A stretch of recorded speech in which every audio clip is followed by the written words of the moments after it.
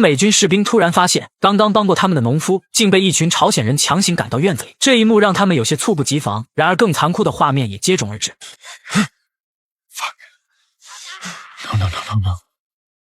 尽管心中愤怒，但却无法施以援手，因为接下来他们还要执行更重要的任务。3天前，美军小队接到命令，他们要护送一名特别工程师前往朝韩边境修理一台损坏的定位装置。然而，就在分析故障原因时，队员布罗克敏锐地发现，用于传输信号的线路遭到了人为破坏。两人刚打算向上级汇报情况，而麦里便传来队长的声音：由于恶劣天气即将来袭，他们不得不暂时撤离此地。收到指令的布罗曼立刻带着工程师开始撤离，飞机迅速升空，朝着基地疾驰而去。可一切还是晚了一步，恶劣天气比预计来得更快，飞机在狂风暴雨中剧烈颠簸，两个引擎先后被雷电击中，瞬间失去动力，飞机如失控的巨兽，一头朝地面砸去。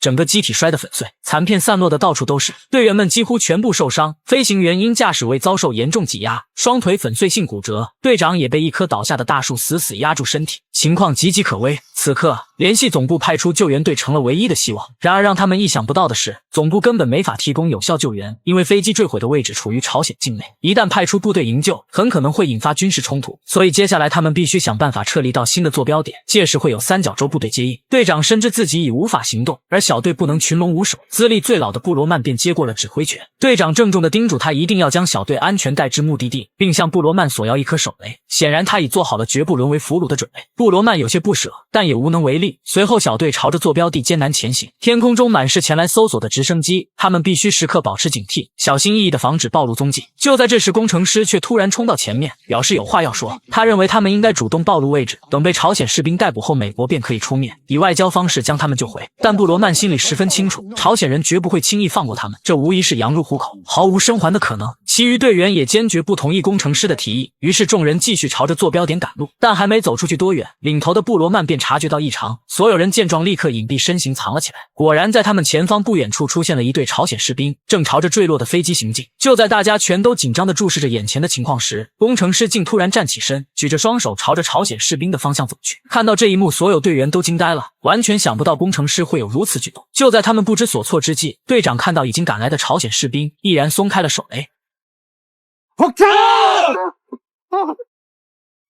听到动静的朝鲜士兵立刻冲了过去，危机暂时得以解除。一名队员怒火中烧，工程师的行为差点害死所有人，要不是有人阻拦，他今天非得好好教训这个懦夫不可。但工程师依旧重复着那套说辞，甚至还提及了日内瓦公约。布罗曼对他彻底失去了耐心，认定他是一块无法雕琢的朽木，便决定不再管他，带着剩下的队员继续赶路。太阳落山前，他们终于走出了森林，眼前是一大片农场，还有谷仓和一户人家。眼看天色渐暗，且飞行员急需治疗和休息，布罗曼果断决定带着队员前往前面的房子落脚。但在此过程中，他们需要穿过一片毫无遮蔽的空地，一旦遭俘将毫无生还的可能。幸运的是，糟糕的情况并未发生，他们最终有惊无险地穿过了空地。确认谷仓中没有威胁后，大家都松了一口气，飞行员也被抬了进去。塞尔刚准备进行救治，不料下一秒飞行员竟剧烈抽搐起来，队员们立刻将他按住。但这时更糟糕的情况出现了，农场主手持一把老式的莫辛内甘步枪，突然出现瞄准了众人，气氛瞬间剑拔弩张。小队中虽有亚洲面孔，但都不会说朝语。眼看事态即将失控升级，布罗曼立刻放下手中武器，举起双手缓缓靠近。见布罗曼没有敌意，农场主也冷静了下来。布罗曼从他手中接过武器，一场可能出现的意外就此化解。然而飞行员还是没能挺过去，塞尔难以接受这个事实。其实他心里清楚已经无力回天，但始终无法释怀。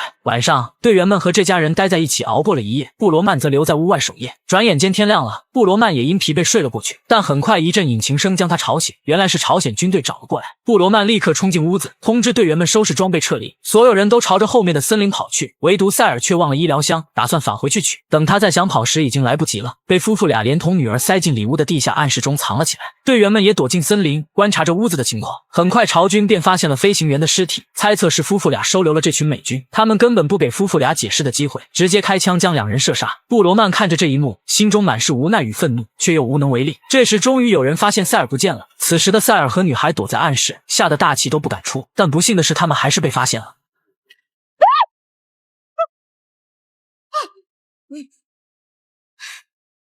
队员们迅速将塞尔救了出来，接着对这群朝鲜人发动了攻击。由于装备上的绝对优势，他们几乎没费什么力气便结束了战斗。本以为危机已经解除，可突然一颗子弹击中了布罗曼的后背，好在他穿着防弹衣。原来还有一名漏网之鱼，对方扑上来就和布罗曼缠斗在一起。布罗曼虽有着过人的战斗经验，但对方亚洲人的强悍战斗力也不容小觑。若不是布罗曼经验丰富，结果恐怕不堪设想。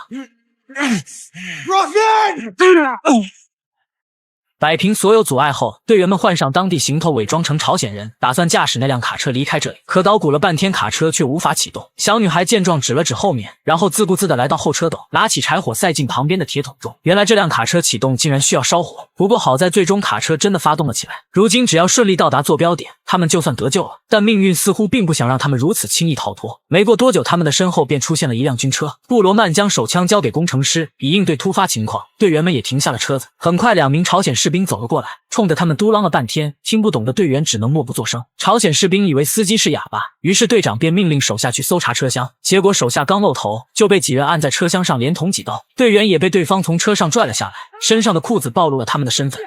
Fucker! He's running! 结果一梭子根本没打着对方。布罗曼见状，只能带着队员冲进森林寻找，但此时那名朝鲜士兵早已没了踪迹。塞尔也端起步枪，警惕地在卡车周围搜索，却被突然出现的朝鲜士兵一枪托打翻。眼看情况危急，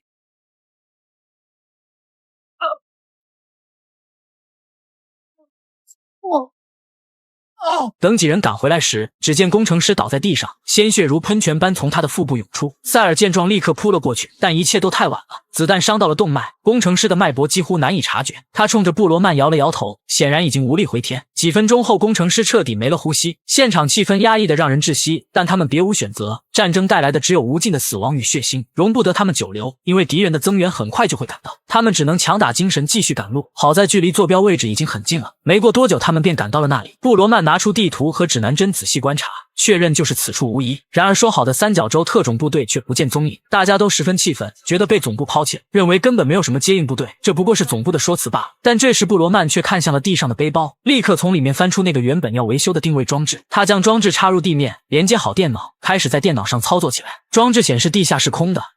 I don't think they were ever going to come here. I think we were supposed to meet them.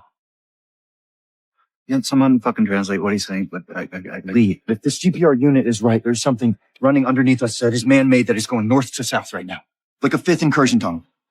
布罗曼觉得他们应该在周围找找，很可能洞口就在某个隐秘的角落。于是队员们立刻行动起来。小女孩率先发现了蛛丝马迹，大家赶紧跑了过去。可下一秒，女孩却突然摔了下去。等大家聚过来时，发现下面确实有个空间，且小女孩并无大碍，众人这才松了口气。随后，所有人都跳到了洞。布罗曼掏出指南针，试图判断前进的方向，却发现指南针因受到磁场干扰失去了作用。没有方向又不能一直待在这里，于是布罗曼随便选了个方向前进。他想着，如果走一段发现不对，大不了重新再来。然而让所有人都意想不到的是，没过多久，他们便看到了人影。所有人都兴奋不已，以为这下终于可以回家了，于是便喊出了声：“鸡巴！”不是 Contact friends! Settle down! 我们知道！是一时间，双方在狭窄的山洞中展开了激烈的交火，队员们只能一边还击一边朝后退去。可朝鲜军队的增援源源不断，尽管他们在武器装备和人员素质上占据优势，但面对不断增多的敌人，也应付得十分吃力，弹药也所剩无几。眼看对方的人数越来越多，布罗曼深知不能再这样下去，他大喊着让其他人先走，自己则换好最后一个弹夹，起身开始火力压制。队员们不愿辜负布罗曼的牺牲，纷纷朝后退去。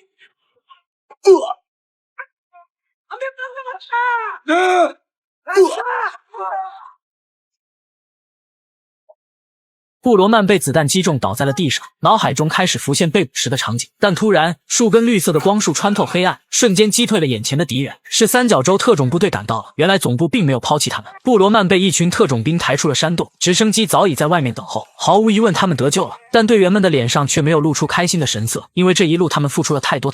好在最终的结果是好的，他们没有白白付出。此剧结。